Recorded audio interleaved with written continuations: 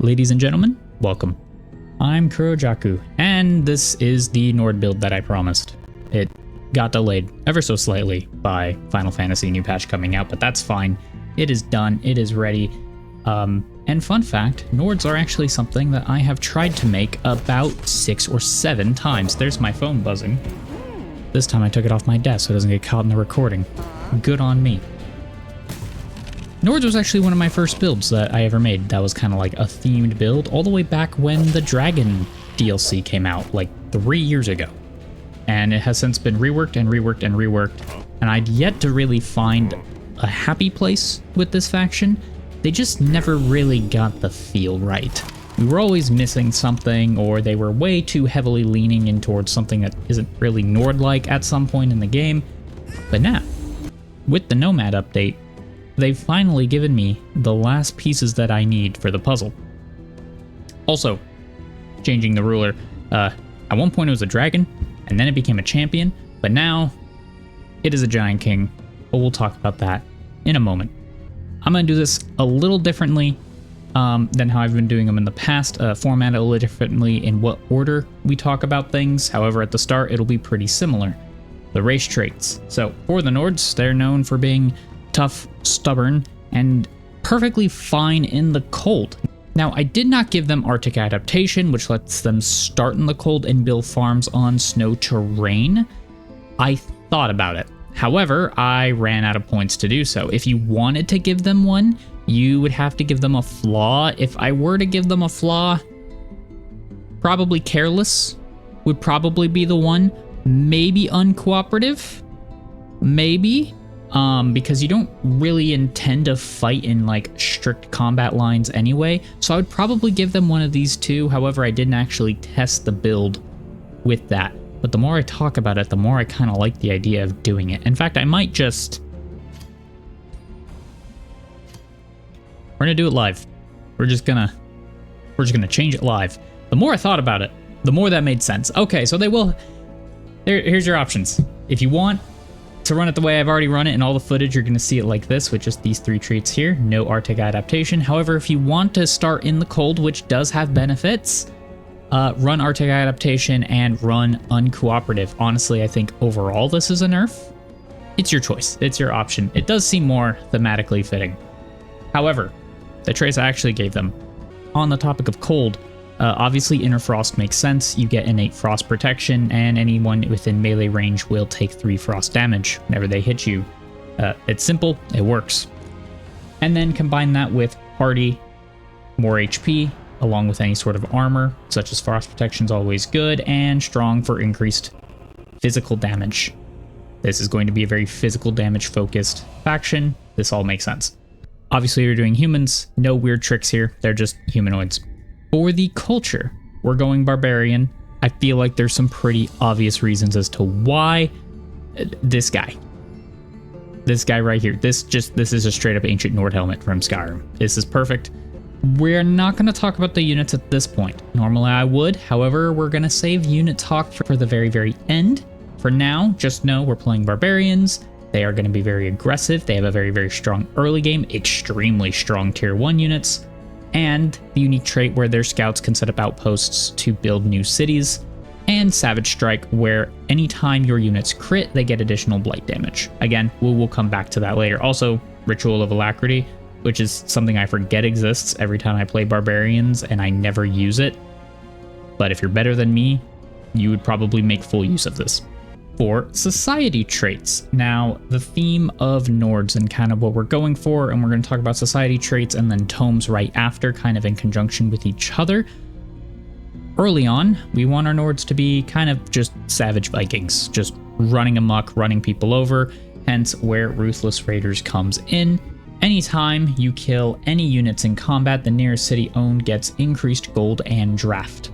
This is going to help us, of course, with our economy, and to pump out even more annoying units. That draft really does come in handy, spamming out more cheap tier 1 units.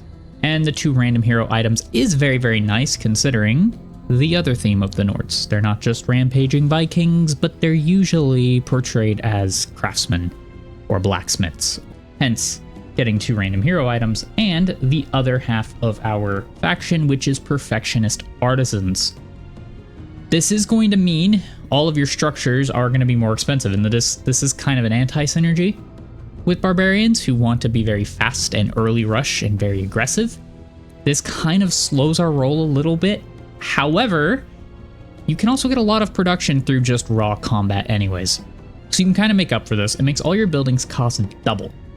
But every time you build a building, you get increased stability and gold in addition to the normal effects. The other nice benefit here, racial tier 3 units start with +1 rank. That's these guys right here. They are the bread and butter of build later in the game. And them getting +1 additional rank every time we recruit one is fantastic. Plus, we also get to start the game with one.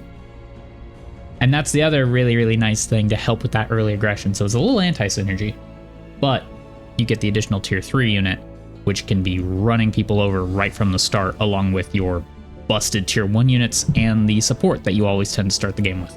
Like I said, we're reformatting, so we're skipping right over the units and the ruler. We'll come back to both of those in a moment, but we're going to quickly skim over the tomes, and then I'll go into more detail on unit enchantments and stuff afterwards when we start talking about units. I feel like it'll just be a lot easier to explain things that I've already brought up, as opposed to not be able to explain anything at all until I get to the tome part. They kind of play off each other. I don't know which order to do them, but I'm going to try it this way. We're going to see how it goes. We're starting with Cryomancy. One big thing that we're going to be doing is stacking a lot of enchantments on our units throughout the game.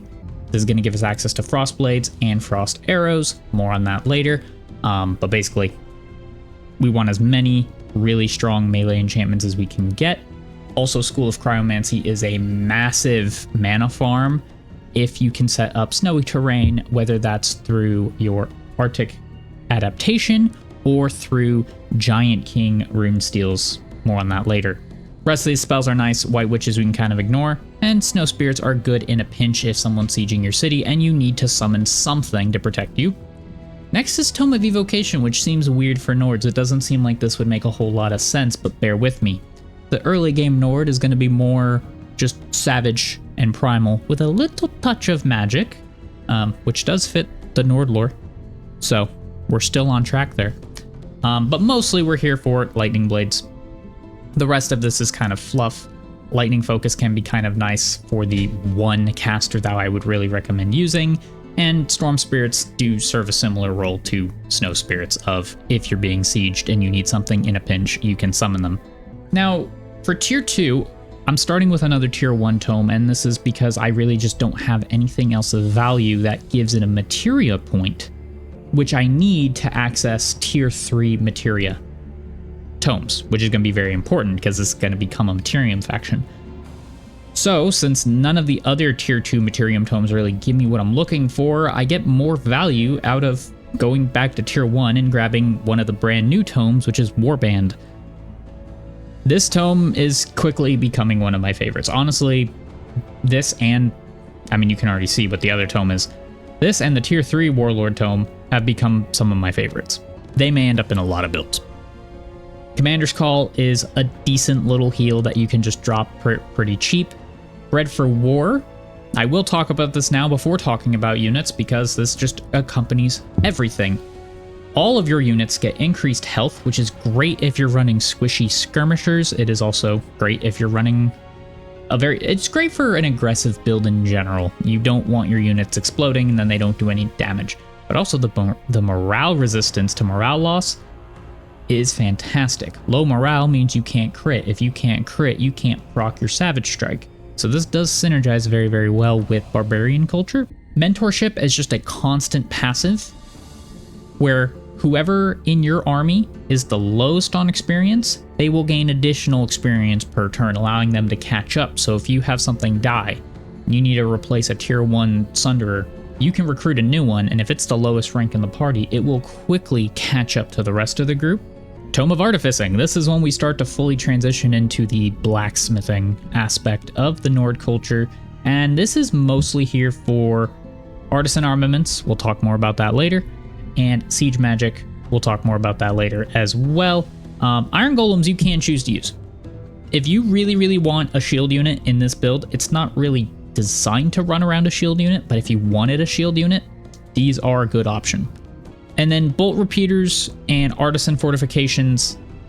Well, artisan fortifications are just a nice upgrade to your city defenses, and bolt repeaters are a nice upgrade to your siege projects, where you get an actual better tool than just your pitiful catapults. This does help significantly in the aggressive aspect of the Nords. Having a stronger siege weapon is going to pay off. And speaking of stronger siege weapons, Tome of the Warlord, another of my favorite new tomes.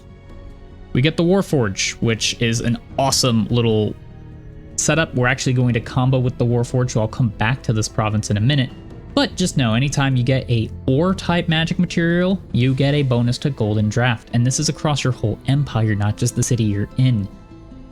This is fantastic. Also notice it says available to your empire, which means vassals that have magic material ore also give you a 5 gold and 10 draft bump. The main thing we're in here for, the enchantment's nice. Obviously going to skim past that for now. The Warlord unit, we are going to put one of these in every single stack that we run. We'll talk more about him later, but he is a very fun unit. It's basically a shock unit, shield unit, and pike unit all rolled into one as a tier 4 mythic. The Conqueror's Edict siege project, and I didn't really think too much of this before I got it. This thing is really fun with barbarians. It is so good with barbarians. So the start of combat, things are on fire, doesn't matter. The important things to point out is this. 1, increased fortification damage means it takes less time to besiege a city. You combine this with the bolt repeaters, which are also giving you fortification damage. Remember, fortification damage is not very common. Most things don't give it, especially the ones you start the game with. Having both of these means you can get better versions of catapults that also will siege the city quicker, combined with Conqueror's Edict to siege the city even faster. But also, once you take the city, raising it or migrating it if you want to keep the city takes one less turn, meaning you don't have to sit on it and protect it for as long, and you can just move on and trust that it will get razed to the ground. You get to move faster, you get to break the walls down quicker, you get to be more dangerous in the siege itself because you get a critical hit chance bonus, which, remember, barbarians directly benefit from critical hits more than anyone else with the Savage Strikes, and then you get to move on and do it again. Tome of the Warlord in barbarians are a perfect match. Even better if you can have Fiend units. We're not using Fiend units, but if you do have Fiend units, they get an even better buff. Moving on, Tome of Transmutation. We're sticking with the blacksmithing theme basically from here on out. We're playing Materium Barbarians, which is a very weird but cool sort of playstyle. Here's the big thing about Tome of Transmutation. Transmutation Circle lets you select. Now it says can replicate the effects and income of a magic material, which might sound like you have to already own one to begin with. This is not true. When you craft this structure, it basically lets you select any of the non-void magic materials in the game and craft it. You could craft a full set of 3 if you would like. This means you can specifically select ore magic materials if that's what you're really, really looking for to buff your Warforge. Or, pun intended, if you want something like Silver Tongue Fruit, or I believe that's what you need to unlock the XP boost passive for your items. Anything that you could need, any material that you seem to be lacking in that you want specifically to craft really powerful hero equipment, you just get to select which one you have. Honestly, this faction benefits from having 3 or 4, even up to 4 cities, maybe even 5 cities if you can invest the Imperium into getting 5 cities.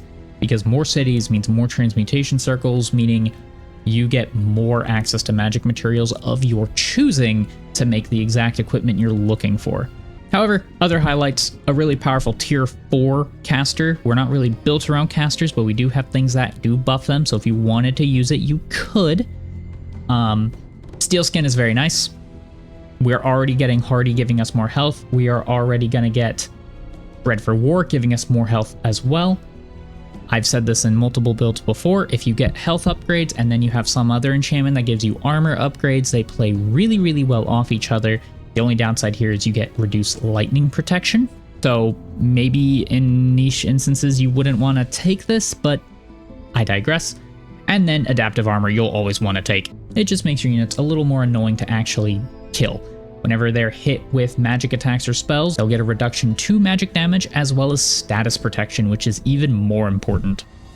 Everything else about this is kind of do what you wish. Transmute resources is always good if you have excess mana. Tome of the Crucible. This is going to give us another really fun, really strong province improvement that synergizes with our previous two, as both the Golem Mine, the Warforge, and the Transmutation Circle are all considered mines, which means you can slap a Great Foundry in the middle of them, and this will also get boosts from adjacent mines, so this is very nice.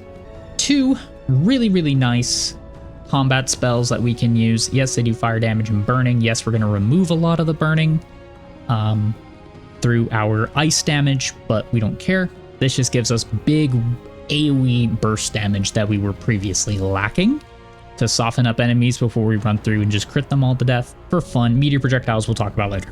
Tome of Severing. Honestly, past Tome of Crucible, we're just coasting and looking for the win at that point.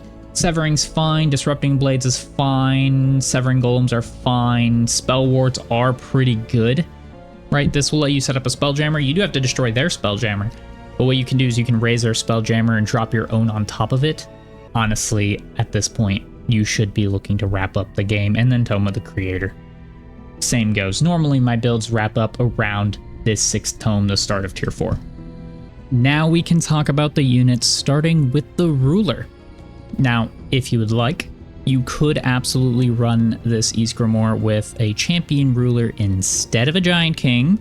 However, it is worse. My thought is, fuck it, Ysgramor's practically a god among Nords anyway at this point, so fine, he gets to be a giant now. Main reason we're doing this, Giant King comes with all the perks that I need to really tie up some loose ends and getting the theme of this build off the ground. One, you start with the item forge, meaning you can already start forging hero gear right from turn 1. Usually it's hard to do so, but you can do it. This also means you can run around and do early aggression sieges, take that equipment, break it down, and make whatever you want out of it. Same with clearing infestations, same with clearing ancient wonders. You don't have to rush to build and waste your time on an item forge, especially with perfectionist artisans where all your buildings are more expensive. I also think this does technically mean, someone can correct me if I'm wrong, but technically I believe the item forge is built in your throne city, meaning your throne city is already getting the passive gold and city stability boost from that structure turn 1. I'm not 100% sure if that is how that works, but if so, that's just a little added bonus, cool synergy. We also get a rune steel that lets us spread cold terrain around should we wish. If you do the Arctic adaptation version of this build, then guess what? You also have another way to do it. The ruler himself, this big boy, here is, we're going to run a warrior type with the giant axe. Look at this thing. This was honestly the main thing that gave me the inspiration. Does this not just straight up look like Wuthrod without the screaming elf on the on the head? Like, come on. It's almost perfect. So, here he is. Here is all of his customization options, should you wish to copy them. I don't believe any of these are parts behind Pantheon, so you should be able to use everything here. As for the race, it's very simple. There's not much here. Though yes, you could, if you wanted to, you could give them, like... In fact, I will give them war paint, because I think they look cool with that. Alright, now let's go over the units. We did touch on the ruler already. Here he is in all his glory. But now let's move on to the actual units we're using. We'll start with the racial units, and real quick, I'll touch on the ones we're not using. That being the tier 1 warriors. Any that you start with, you may as well use them, but they are fodder to be killed off. They are meaningless, they are terrible. I wouldn't even do a build around them. All they have is a pretty pitiful shield bash and Savage Strike, but everyone gets access to Savage Strike. They are not very good. Furies as well are almost useless. Yes, they have access to Frenzy, which is great. Slight problem is Strengthened caps at 5, and we have a ton of really good ways to get Strengthened on our units already. I honestly think Furies need a serious sizable buff to actually be competitive in their own faction. The reason being is because Sunders are so goddamn broke. On the topic of Sunders, we'll use this wonderful Exalted One Sunder that I have sitting around, fully enchanted and buffed up. We have a lot of very fun things going on here. So, Sunders are a very powerful unit. They're a skirmisher with a standard melee strike, nothing special there. However, they also have a javelin throw. It has 4-meter range, which is already pretty solid, and it inflicts sundered defense, reducing a target's physical damage. This actually got buffed with the Nomad patch, because previously, all of your magical enchantments would have still hit against a target's resistance stat. They have reworked how defense and resistance works, where now, even though these are magical damage enchantments, they are going to be competing against their elemental resistance as well as their defense stat. Sundering specifically reduces the defense stat, meaning not only do you boost the damage of your raw physical damage, you boost the damage of all your enchantments as well. The other very nice and powerful thing about skirmishers is that they double dip. They are both ranged and melee units. So in the context of the first tome, Tome of Cryomancy, where we get a physical projectile enchantment and a melee enchantment, we can run both of these. The Frost Arrows will give us increased frost damage on our ranged attack and a chance to inflict slow. The Frost Blades will give us increased frost damage and a damage boost on frozen or slowed enemies. This makes Sunders self-feed themselves their own damage buff. You are gonna want to probably lead with a javelin throw anyway before you engage in melee range. You'll also land Sundering, and you'll land slow, which can potentially reduce their retaliation attacks, opening them up for melee hits without taking damage. Then, on the following turn, or if they move into you and you hit them with a retaliation attack, you do increased damage on them. This is why Tome of Cryomancy is so strong. We already went over Bred for War. We went over our Steel Skin as well. We're going Lightning Blades. We also get Relentless Might, which is going to give us that Infernal Might buff when we attack, which will add fire damage onto our attacks. It doesn't say it innately, but it will get fire damage eventually. Keep in mind that this does not specify melee attacks. This means throwing your Sundering Spears will give you a stack of an Infernal Might. You also get the extra retaliation attack, which is nice.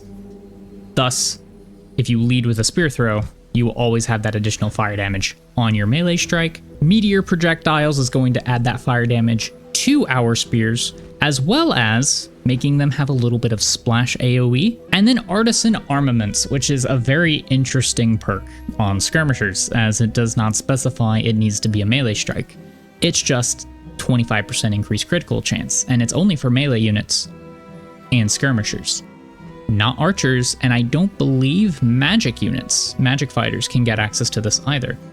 It's actually very important. I used to have a version of the Nord build that used the Stormborn skirmishers at tier 4, but they are no longer skirmishers, so they no longer work with this build. It's actually one of the things that caused me to rework it again. They broke my Nord build, but in return, they gave me a far better Nord build.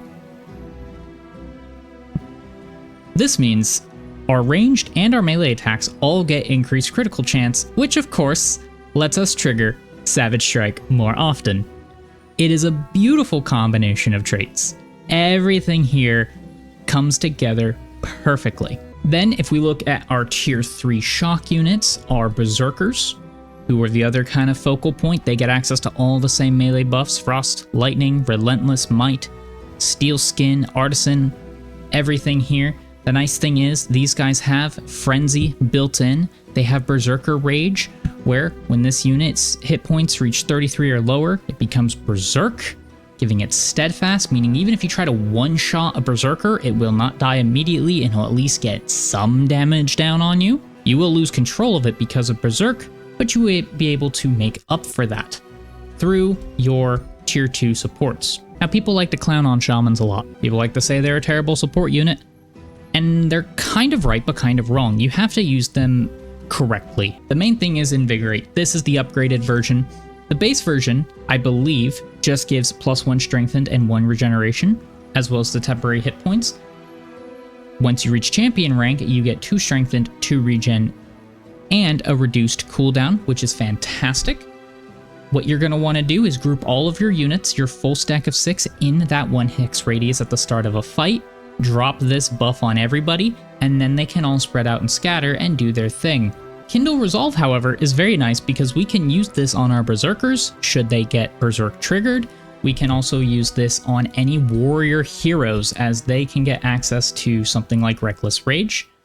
I did not end up taking it on Ysgramor this time, but I do usually reach for that later in the game for him. Though maybe it'd be warranted to go early, I kind of wanted to just play around with this side of the tree, though I would probably go towards this sooner.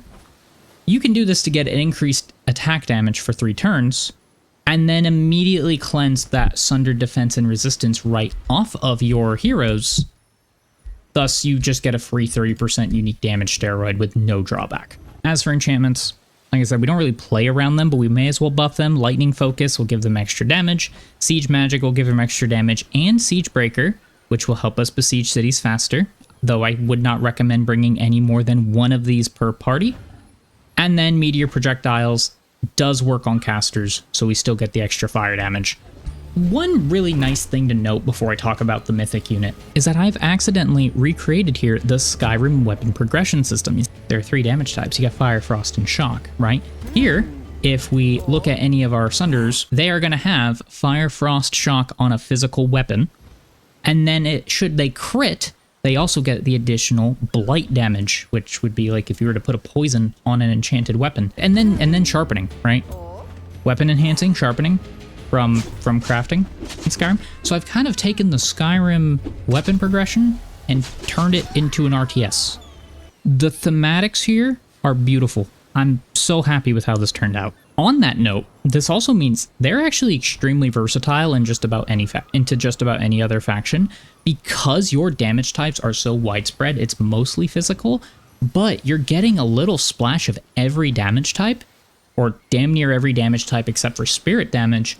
There's not really a lot in this game that you're going to run into where you truly feel like you can't do any damage to the target. It is a fantastic little build. And then to round out, we're going to use Warlords. These are a brand new tier 4 mythic unit. They, like I said, are effectively all melee type units combined into one. They also look awesome with the giant black fur cloak and the giant battle axe. A little fiery themed, but honestly, I'm going to allow it. It still fits the Nord that I'm going for. Now, you only really want 1 of these per stack. My ideal stack is what you see here: a hero or a lord, 1 warlord, 1 berserker to pair with your warlord, 1 shaman to buff everyone, and then either a couple of sunderers, especially if they're high rank, or you could run transmuters here if you have a really strong Imperium economy, which you can see I don't because I was being aggressive. And there we have it. That is the whole Nordic Ysgramor build that I have come up with. No, I did not write a description for this one. I'm feeling lazy, and by lazy I mean I'd rather go make another build. I have so many ideas. This patch is a lot of fun. Do the liking and subscribing and all that normal stuff. There will be more Age of Wonders stuff in between Final Fantasy, because of course we just have to have everything cool come out all at the same time, right? Let me know what you think. Let me know if you have any ideas of your own that you would like to see. In fact, I'll tell you what. If you have any ideas for this trait, I'm cooking up some. I'm thinking of some. But if you have any ideas for how to make this trait good, tell me. Because I want to do it. I need food for thought. But otherwise, that is all for today. Until next time.